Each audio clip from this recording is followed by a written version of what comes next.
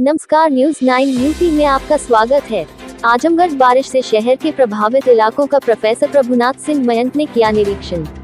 आजमगढ़ जनपद में पिछले 24 घंटों में हुई लगातार झमाझम बारिश के चलते शहरी इलाकों में भी जल जमाव और पानी गली मोहल्लों के साथ लोगों के घरों में घुस गया है, जिससे आम लोगों को समस्याएं होने लगी हैं।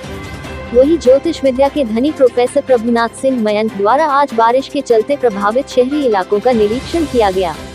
शहरी क्षेत्र में अतिवृष्टि के कारण मोहल्ला काली चौरा, पुराना power house, Redpur officer colony, Kolghat शहर के सिविल लाइन सहित कई इलाकों में पानी का अधिक जल जमाव हो गया है, जिससे आम जनजीवन अस्त व्यस्त हो गया है। प्रोफेसर ने प्रभावित लोगों से मुलाकात की, उनकी समस्याओं को सुना। इसके साथ ही उन्होंने गली मोहल्ला और अन्य जगहों पर बरसात के पानी से हो रहे जल जमाव को भी देखा। प्रभावित लोगों ने अपनी समस्याओं को बताया कि भारी बारिश की वजह से हम लोगों के घरों में पानी घुस गया है, जिससे सारा सामान भीग गया है। विद्युत आपूर्ति बाधित है, जिसके कारण हम लोगों को दिक्कतें हो रही हैं। इस दौरान प्रोफेसर प्रभुनाथ सिंह मयंक ने बताया कि बीती रात जमकर हुई बारिश की वजह से जो आजमगढ़ का शहरी क्षेत्र है वो तमसा नदी से जुड़ा हुआ है और जलमग्न हो गया। जो बस्तियां और इलाके हैं वो सब डूब गए हैं। कोलघाट से लेकर काली चौरा तक लोगों को काफी परेशानी हो रही है। उनके रहने, खाने पीने और पशुओं के चारे की समस्या उत्पन्न हो गई है, जिससे उनकी परेशानियां बढ़ गई हैं। उन्होंने नगर पालिका पर आरोप लगाया कि यदि पहले नालियों की साफ सफाई कर ली गई होती तो शायद यह स्थिति उत्पन्न नहीं होती। प्रशासन ने भी इस मामले में कोई दिलचस्पी नहीं दिखाई और आज हालात बद से बदतर हो गए हैं। आखिर यहाँ के लोग अपनी फरियाद किससे कहें, कोई सुनने वाला नहीं है। उन्होंने कहा कि सरकार को चाहिए कि बरसात से हुए नुकसान का सर्वे कराए और जो लोग पीड़ित हैं उनकी मदद की जाए।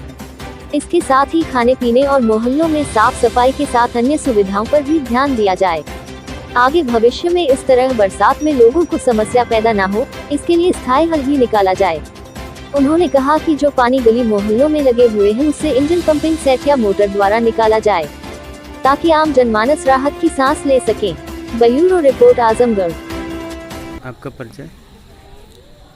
मैं प्रोफेसर प्रभुनाथ सिंह मयंक, काली चौरा में मेरा निवास है और आज बीती रात 16 सितंबर को जो घोर बारिश हुई है, रात भर वर्षा होती रही, उसके दुष्परिणाम स्वरूप आजमगढ़ नगर के चारों तरफ का जो क्षेत्र है वह जुड़ा हुआ है तमसा नदी के जल से, वो सब जलमग्न हो चुका है। जो अंतर्वर्ती इलाके हैं, जो बस्तियां हैं, वह सब डूब गई हैं। कोलघाट से लेकर के और बाकी काली चौरा के जो निवासी हैं, उनके पशु पक्षी हैं, वो सब के सब डूबे हुए हैं। उनकी आजीविका का साधन, उनके रहने की व्यवस्था, खान पान, बिछौना ओढ़ना, अनाज भूसा, ये सब कुछ नष्ट हो गया है।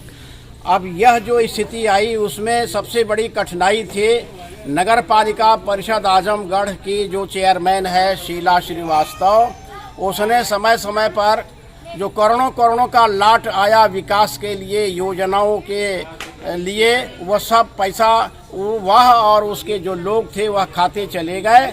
उसके दुष्परिणाम स्वरूप आज स्थिति यह है कि जो नालियां हैं वह जाम हो गई हैं, सड़कें टूटी हुई हैं, पानी वो चारों तरफ बजबजाहट है, न तो ये लाइट की व्यवस्था है और लोग बिलबिला चुके हैं। वो अपने अस्तित्व की रक्षा के लिए किससे गुहार लगावें। यहाँ का जो चाहे वो डीएम होगा, चाहे और भी उसके प्रशासनिक अधिकारी हैं, इन लोगों ने पहले से कोई प्लान नहीं बनाया था।